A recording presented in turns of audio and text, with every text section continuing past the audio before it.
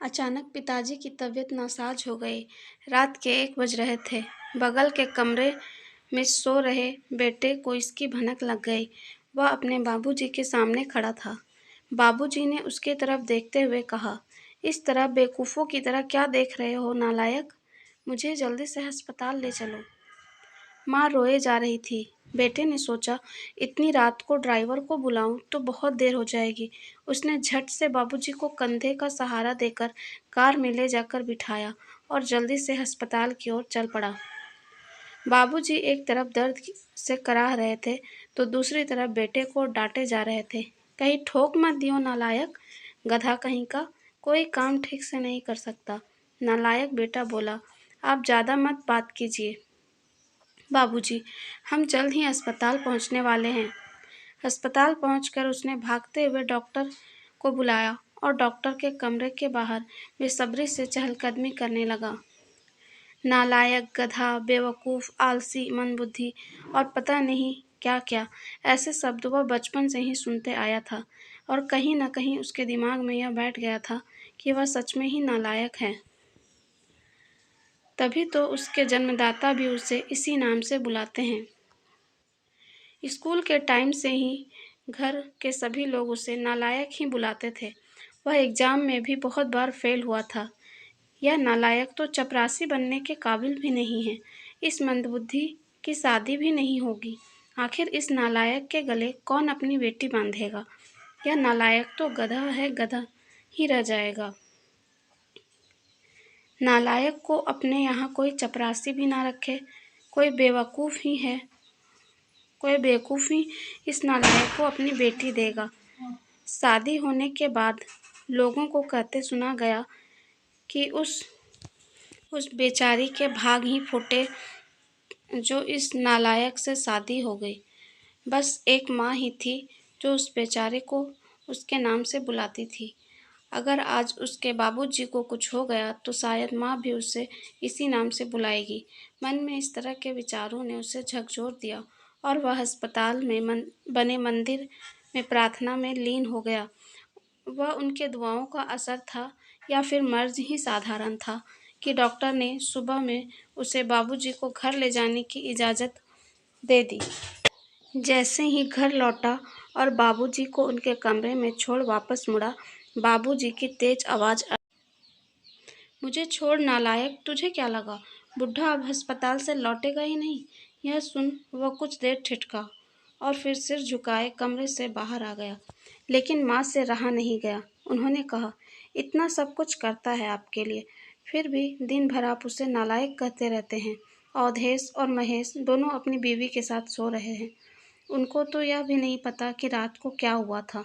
यह तो भनक पाते ही आ गया और किसी को मदद के लिए बुलाया भी नहीं। भगवान न करे अगर आपको कुछ हो जाता तो? वह भी आपका ही बेटा है, फिर भी पता नहीं क्यों आप उसे हर दम कोसते रहते हैं, डांटते और फटकारते रहते हैं। ना यह देखते हैं कि कौन बड़ा या कौन छोटा उसके पास है। जो मुंह में आता है उसे सुनाते रहते हैं। बाबूजी ने उसकी तरफ आश्चर्य भरी नज़रों से देखा। माँ रोए जा रही थी और बोले जा रही थी, आप ही बताइए क्या कमी है इस बेटे में? हाँ, पढ़ाई में थोड़ा कमज़ोर ज़रूर था, तो क्या सभी एक जैसे होशियार होते हैं क्या? वह अपनी मेहनत के बल पर अपना परिवार, हम दोनों को घर मकान, खेती बाड़ी, कर कुटुंब सबको सही तरीके से संभाल रहा है कि नहीं? जिन 2 बेटों को आप बहुत लायक और बुद्धिमान मानते हैं, वह अपनी बीवी बच्चों और सास ससुर और दोस्तों पर ज़्यादा ध्यान रखते हैं। कभी आपका हाल चाल भी पूछते हैं? और एक आप है कि जो कर रहा है उसको ही दिन भर नालायक बुलाते रहते हैं। बाबूजी बोले, अरे पगली, तुम कभी भी मुझे समझ नहीं सकी। तुमने केवल मेरी बातों पर ध्यान दिया है। क्या तुम्हें नहीं लगता कि एक श्रवण कुमार जैसे बेटे को दिन भर नालायक और गधा बुलाने का मुझे दुख नहीं होता? उसे गले ना लगा पाने का कष्ट हमें नहीं होता है।